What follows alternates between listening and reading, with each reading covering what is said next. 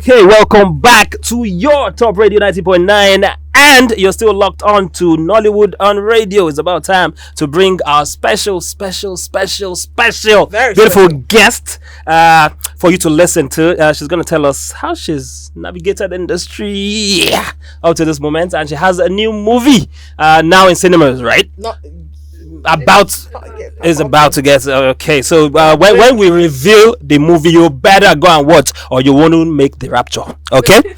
So I would hand over to Tommy Falade now. Just tell us about who we have in the studios. Come on. Okay, so our guest today is Sarah Stella Kwaji. She's a Nigerian-born, Toronto-based filmmaker whose storytelling cuts through silence and shines a light on the often overlooked emotional depths of Black African experiences.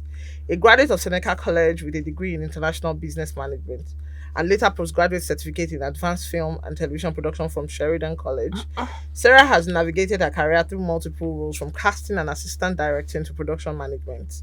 Today, she stands out as a powerful writer, director, producer, whose work reflects a deep commitment to cultural truths, social justice, and emotional authenticity.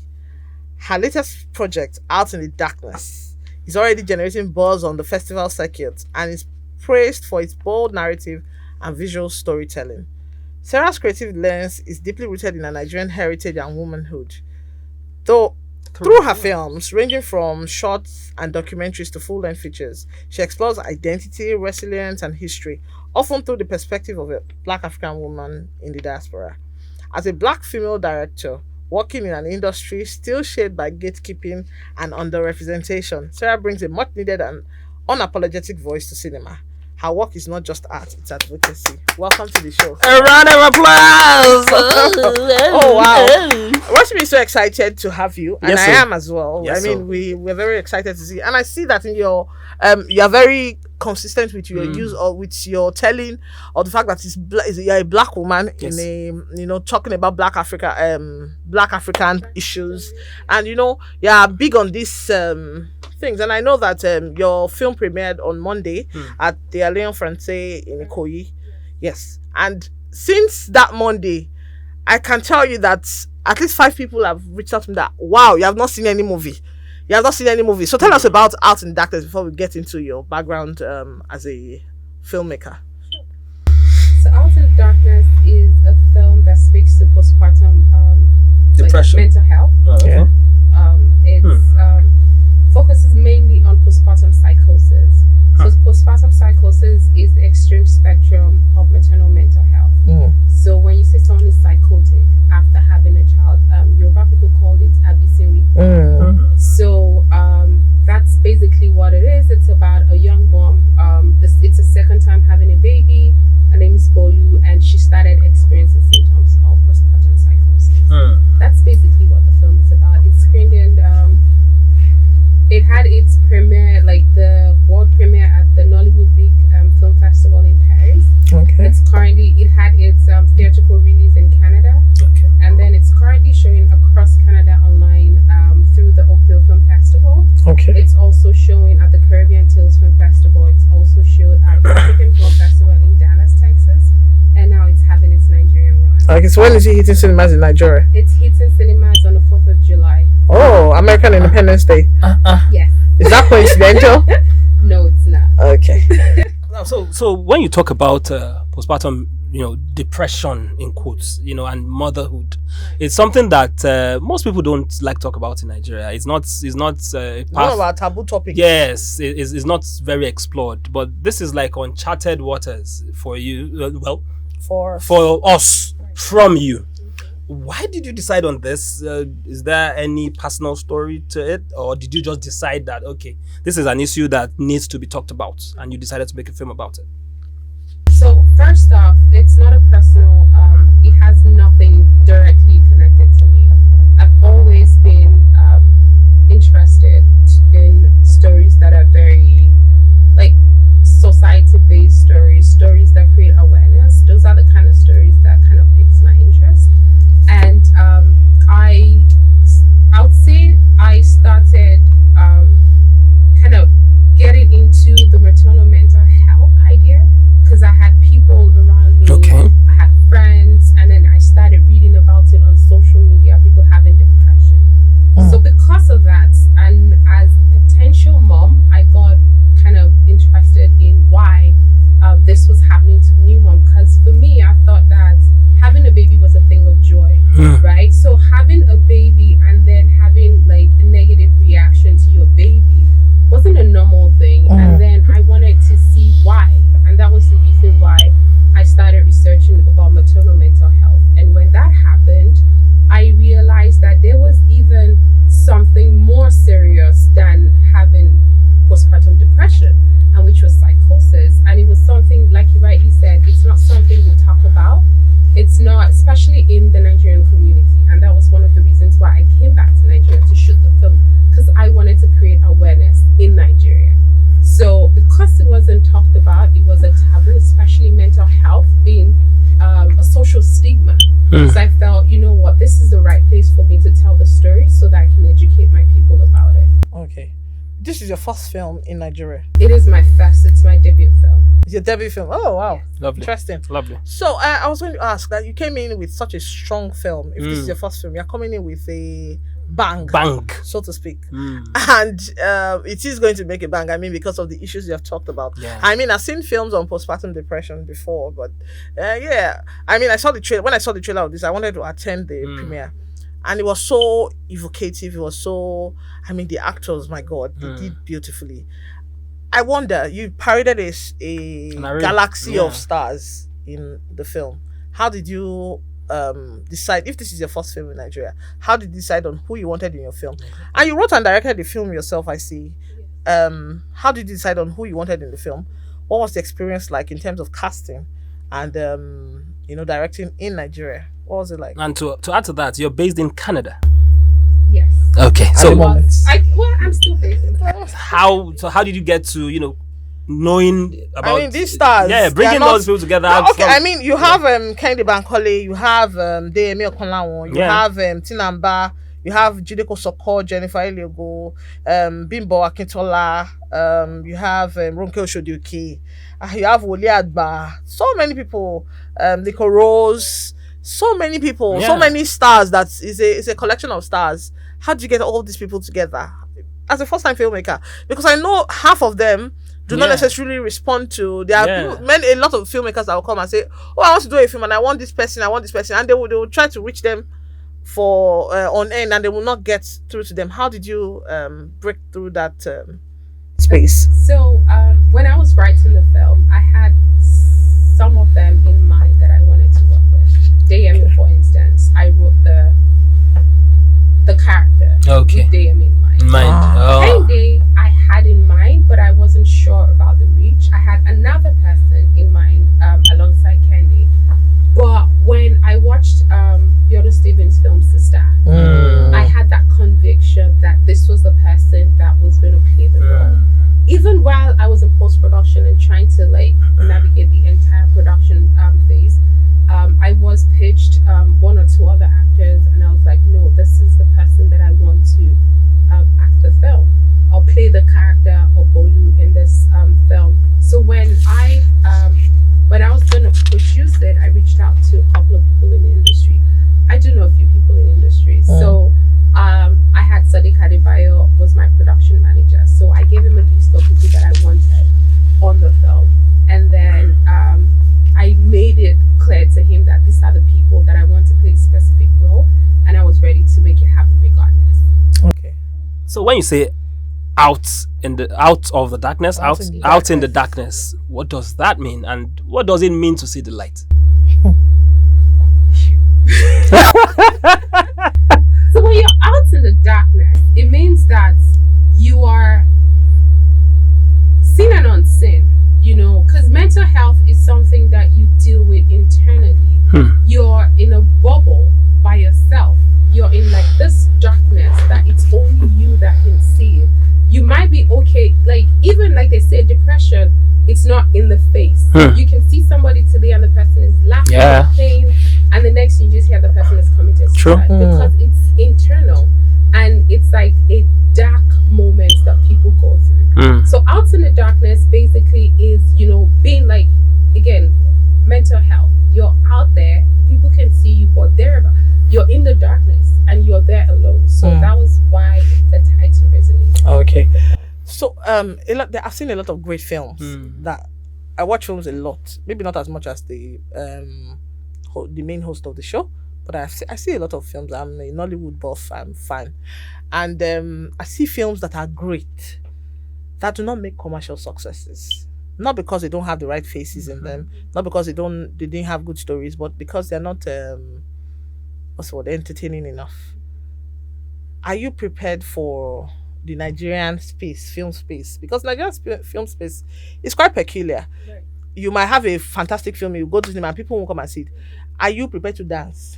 Because dancing is a big part of our marketing now in Hollywood. I hear.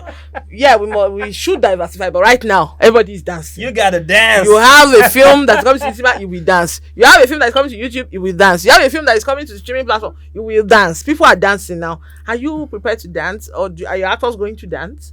What's your strategy? Unfortunately, I do not know how to dance. So I even attempted to make skits video, and it was an embarrassment. I'm sure we're going to release it at some point. We'll watch it. We'll enjoy it. So dancing, obviously, I would not survive it. I'm just, again, I understand that the film that I have is not a commercial film, and I am okay. I didn't make the film for cinema. Cool. So I made the film for festivals and hopefully get into the streaming platform. So, and you're not the first person asking me this question. Even my distributors have asked me, like, this is not the kind of film that makes that commercial, commercial success, and I'm okay with it, honestly, because the thing is, I wouldn't say I did not make the film to make money, because that's a bad business decision, but that's not the goal. The goal for me is for people to see it, get educated, get exposed to the theme of a film, even if it's like 50, 20, 30 people that watches it and it makes an impact, I will be fulfilled. I'll be, again, happy if it's successful, but that's not really the goal, because my prayer is this is not my first and the only film. There's still other films that will bring me success in the future, but this is not that type of film. So my goal right now is to get in as many people to watch it as much as possible. So now that you've broken the ice with Out in the Darkness, are we going to see more relatable Nigerian content from you, or are you sticking to your issue-based films? Because you said that we're going to see more from you, and I'm hoping that more is going, because one of the things that makes the audience remember, for example, the larger audience, one of the things that makes them remember is when they remember that she made that big comedy film. That I'm not saying that it's always a good thing, but I'm just saying that are we going to see more of that from you, or are you sticking to your issue-based films that that will make an impact to the people that watch it? I feel like my first love is issue-based film. That's where my heart is. I write dark, emotional films. Somebody who said I'm dark-hearted, which is fine. But those are the kind of film that I resonate with. I'm not a comedy writer. I don't know how to write comedies. However, if I'm being hired, to work on that project, I would not say no if I like the story. But for my own personal projects, I feel like, again, it's a market that is big enough for everyone. We all can be doing comedy film just because that's what sells. Then what sets you apart from everybody else? You have to have your own style. As a director, you have to have your own style. As a filmmaker, you have to have your own style. You have to understand your target audience and feed them. However, it might not be the number that you want at the beginning, but when people start to resonate with your kind of content, it will grow. Your own type of audience, your own kind of people will gravitate towards you, and that's what I hope, and hopefully I get success from it. Okay, so funding is still a big part of filmmaking in Nigeria, and sometimes people have great ideas for films, but they can't find the funds to back up the idea. And now you're saying that you're sort of implying that it's not just for the money now, it's for the impact. What's your plan going forward in terms of funding? What's your plan going forward? Because sometimes when you have the big ideas and all, and funding is not available, and funding is not we're not like Hollywood that there are several ways to access funding. Nigeria is a lot of people raise funding through their friends, through loans, and which is not a really sustainable model anyway. So what's the funding part? How do you intend to sustain, to keep sustainability alive in your venture? Well, I intend to take it one step at a time. For instance, Out in Darkness was 100% self-funded. I did not raise money from anywhere, and I still work. I still work in industry. So what I do is I take the time, work, raise the money, and invest. You work in the industry? Not in the Nigerian industry. I work in the Canadian film and TV industry. So I still work, all of that. That's why I wouldn't say that's why it's not like stuff on your mind. My goal, you get. So I think taking it step by step and learning the rope as we go, because I don't want finance, especially for something that I'm just starting, to be my biggest goal, because then I'm putting myself under huge pressure. You know, I want to take it step by step, and hopefully when I start to gain traction and success, then I can do whatever I want. But baby steps. Okay. So you talked about numbers, getting your message out to as many people as possible. So what struck me was that, okay, why not YouTube? You could have put the movie on YouTube, which would give you immediate numbers. Like you would have more people being and able it's less to have, capital intensive. And it is definitely less capital intensive. Why go the route of cinemas? Because you still have to split profits and all of that. So I and the cinema decides whether the film stays for 5 weeks or 2 weeks or 6 months. So why the choice of cinemas? That's one. Then I'm also very interested in your background. I hear Kwaji. I'm like, okay, is that Kogi? Is that Benue? Where is that coming? I just want to know a bit about you. Your background, how you've risen the ranks to what you are today. Those two first. Okay, so I'll go with the first, which is why I did not release the film on YouTube. Like I rightly said before, when I made this film, I made it for a festival, to go the festival route and hopefully the streaming platform. Okay.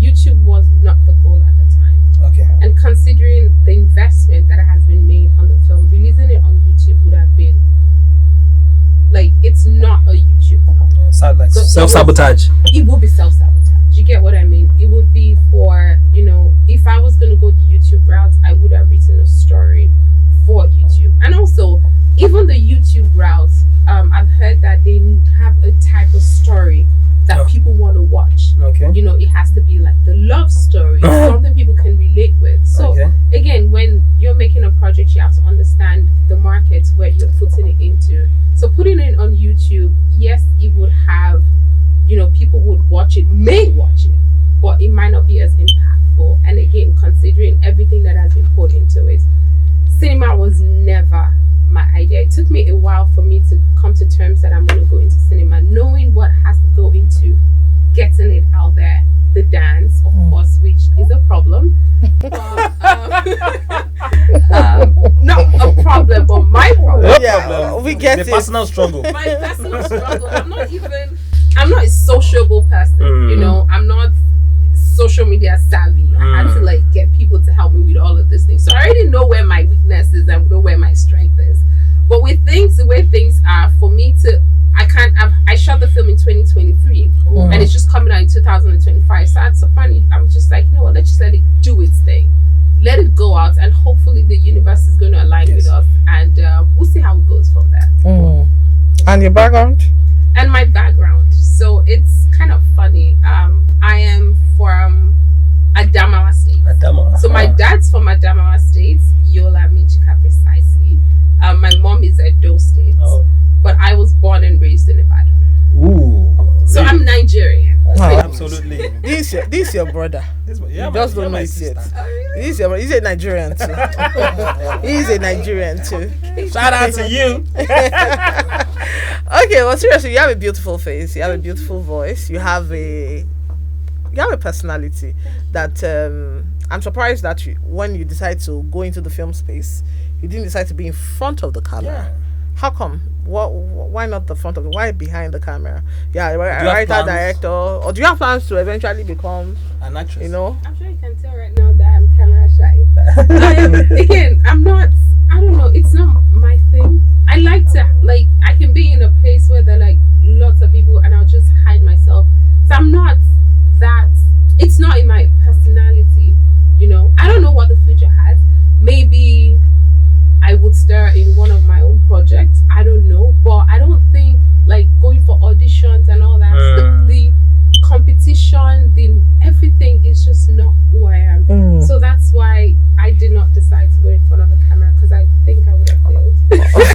But at the point of you getting into film, what was in your mind? Yeah. What did you think? Why film? There are a lot of career choices that you could have made that you could have been successful, much more successful than film. I think film has always been, that childlike pure curiosity that you had. I really wanted to be in film for like the longest time. I remember getting out of secondary school and I told my mom I wanted to join Nollywood, and she was like, "Hell no, you're not." So I did what she wanted, went to school, studied international business and all of that. And even while at it, I remember, I think it was 2018, I wrote a script and I was looking for funding. And I was unable to raise funds to make that film. That was actually before going to film school. So one time I was in between contract and I was like, you know what?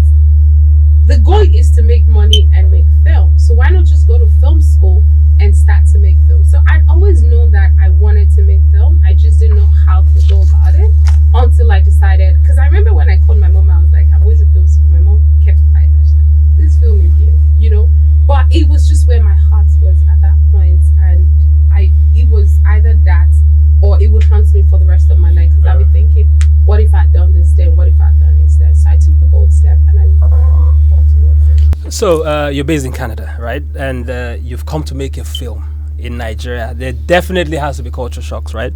So what challenges did you face shooting this film in Nigeria, and what was the experience like? That you probably wouldn't have faced if you had stayed in Canada.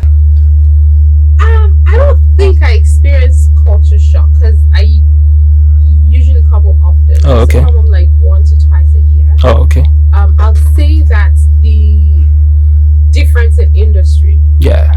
The system was completely different from what I was used to. What are you used to, and what is different here? Structure. Starting when the call time is 7 a.m., everybody is up and running at 7 a.m. Not that everyone is leaving the hotel at 7 a.m. to come to set. 7:30. No, call time is 7 a.m. 6:30. You're on set. And when I say you're on set, you're not in the environment. You are on set because there's gonna be ready to roll. A crew meeting at that time, which you have to be there. So if you've not eaten breakfast, you find time to come and eat breakfast. However, it's different, 2 hours or an hour after, everybody's just showing up, and then we'll wait and eat breakfast. So we would have lost like 2 to 3 hours before we start rolling. So it was something that I struggled with at the beginning, but then I was like, you know what, it is what it is. However, there was something different that I thought it was different because we have a labor law. After 6 hours, you have to break for lunch, or there's a meal penalty and all of that. But the hustle here is different. We could shoot for 12 hours and no one's gonna say they want to take a break because we were behind schedule. So watching people hustle, to want to get the project done on time, on budget, and all that stuff. Of course, I went over budget, but the fact that people were ready to go the extra mile, which it's over where I'm from, nobody cares. If you're going to do overtime, you're going to pay. There was even a day we shot for 24 hours, and everybody stayed back to make sure that it was done. So that's another thing. So there is the pros and the cons of different industry. The hustle spirit is just amazing. So I wouldn't say that there were setbacks, there were just differences. And gratefully we were able to complete the project. Nice. So now that you have learned some of that, would you still, if you had to choose, would you prefer to still shoot in Nigeria? Based on the experiences. I would definitely do it again, over and over again. Lovely. So do you feel that the Nigerian industry has evolved in terms of creating space for African women storytellers? Yes, I feel that because I grew up in Nigeria. I grew up watching Nollywood. Like, working with the people that I grew up watching was like an aha moment. But a lot has changed. The stories have evolved. The production has gone like crazy. We working on big projects. We have projects that have gone outside of Nigeria to do amazing things. So absolutely, the industry has grown a lot, and it's positive. So So if you had chosen not to direct Out in the Darkness yourself, because sometimes I see people who have written films who now decide that no, I don't want to be the one name on it. If you were going to choose a director from Nigeria, who would you have chosen to make your film? Me. I mean, outside of you. Outside you. What directors do you respect in Nigeria? Do you think that you love their work, their what they come out with? Oh, sure. The couple of them, I respect Kumi Afolayan. Okay. I respect, I'm trying to think, Biono Stevens. Oh, she's somebody that I love. I've seen a couple of her work. I think I reached out to her when I finished film school, because I watched a couple of her film and I wanted her to write for me, and she was like, oh, she doesn't write anymore. Biono Stevens, Bolale Austin Peters, I like her work. Jadi Oshiberu, I like her work. Who else can I think of? Top of my head. I mean, there are a lot of amazing filmmakers that I would work with or choose to direct House in the Darkness. But I'll choose me first. Okay, so we are running out of time, so I'm just going to give you time to talk to us about Out in the Darkness again. Why should people, when it's coming to the cinemas on 4th of July, why should people go and see Out in the Darkness? I mean, the regular Nollywood audience, the regular cinema audience, not somebody who necessarily has a child or has had a child. Why should people just go and see Out in the Darkness? I think people should go see Out in the Darkness, not necessarily for them, but for people around them. Because, again, mental health is not subjective. It's something that you just never know anyone around you that can have symptoms of maternal mental health. And you understanding and knowing the early signs to find them help is very important. Apart from, knowing it so you're able to help, it's also an awareness for you. And it's also interesting and entertaining. And beautiful acting, beautiful pictures. It's different. It's I don't know what to say, but please go watch it. My last question would be your message to women who are going through what you speak about or what you want to show. Postpartum psychosis. Your message to them. Is there light at the end of the tunnel? Yes, there is light at the end of the tunnel, but before we get to that light at the end of the tunnel, we have a silence culture, that has plagued our society in general. And I feel like speaking up will help you find the help that you need earlier. So my message is speak up, find help. Whoever it is that is available to you, whether a friend, a family, or whoever that you feel like you can speak to them about what you're feeling, how you're feeling.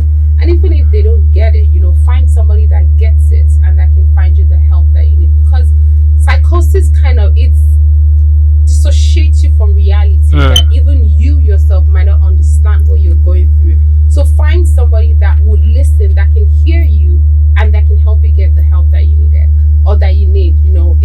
There's definitely light at the end of the tunnel. But for you to get to that light, it's very important to get help early.